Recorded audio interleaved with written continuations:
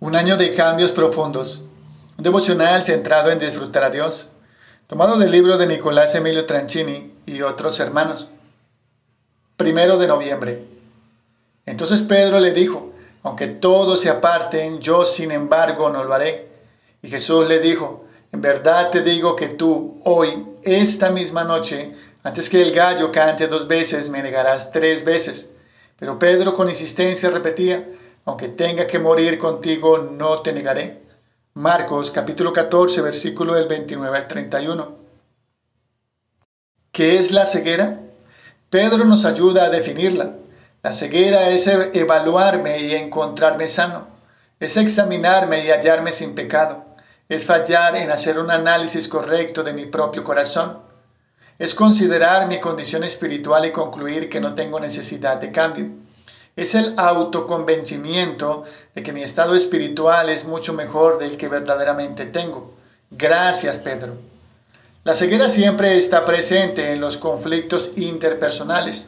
De hecho, suele ser la causa de la mayoría de ellos. Y aunque casi siempre está presente en ambas partes, cabe preguntarnos, ¿cómo lidiamos en una situación de conflicto donde la persona que tengo enfrente está ciega y no puedo ver su pecado? La discusión entre Jesús y Pedro contiene varios principios que pueden sernos de gran ayuda. En primer lugar, observa que Jesús confronta a Pedro una sola vez. Esto es lo que debería hacer con alguien que, al ser confrontado, muestra un estado de ceguera. Piensa en tu matrimonio. Este modelo que vemos en Cristo es el mismo modelo que vemos en el libro de Proverbios. Dice, por ejemplo, Proverbios capítulo 23, versículo 9. No hables a oído del necio, porque despreciará la sabiduría de tus palabras. Por su parte, Proverbios capítulo 29, versículo 9 nos advierte, cuando un sabio tiene controversia con un necio, ese se enoja o se ríe y no hay sosiego. En otras palabras, evítalo. Si la persona se resiste a recapacitar, déjala. Mira también, por ejemplo, Proverbios capítulo 17, versículo 14. En segundo lugar, observa que Jesús hace silencio cuando Pedro lo contradice. ¿Has notado que a diferencia de Pedro, Jesús no insiste? ¿Te has dado cuenta de que no intenta convencerlo de su error? ¿Por qué no lo hace? Jesús está en lo correcto. ¿Por qué no intenta disuadirlo de su falta de luz? La respuesta no es tan compleja. La persona no va a cambiar porque yo siga mostrándole su ceguera. La persona necesita que el Espíritu Santo le convenza. Dice, por ejemplo, Proverbios capítulo 27, versículo 22. Aunque machaques con el mazo al necio en un mortero entre el grano molido, no se apartará de él su necedad. También dice Proverbios capítulo 17, versículo 10. La reprensión penetra más en el que tiene entendimiento que 100 azotes en el necio. En términos contemporáneos, es inútil que lo siga intentando.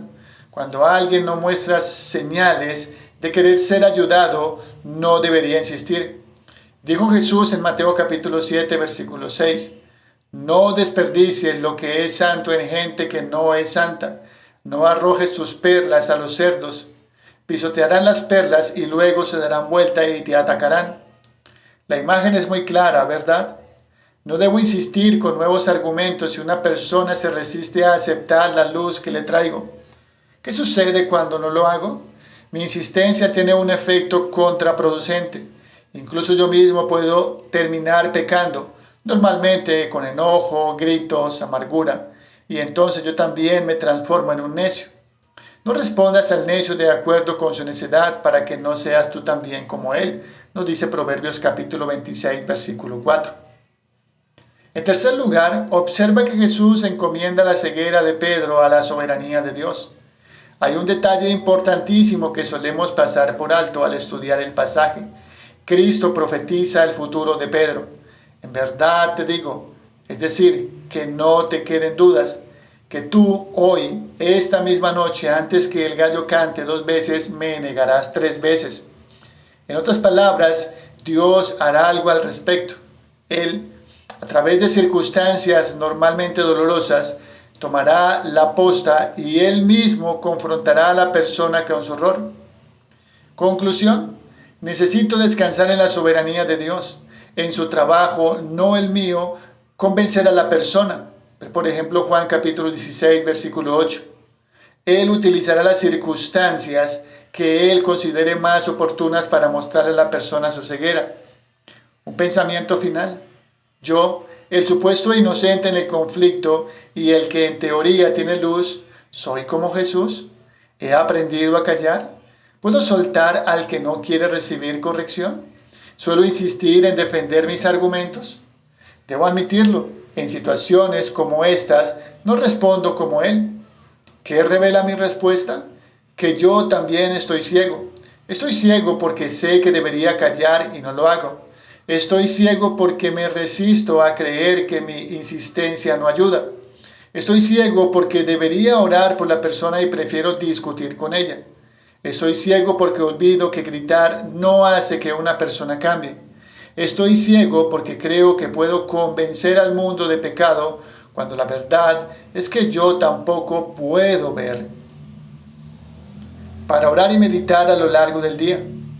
Una persona ciega necesita luz. ¿Puedo yo darle la luz que necesita si la luz es una obra divina?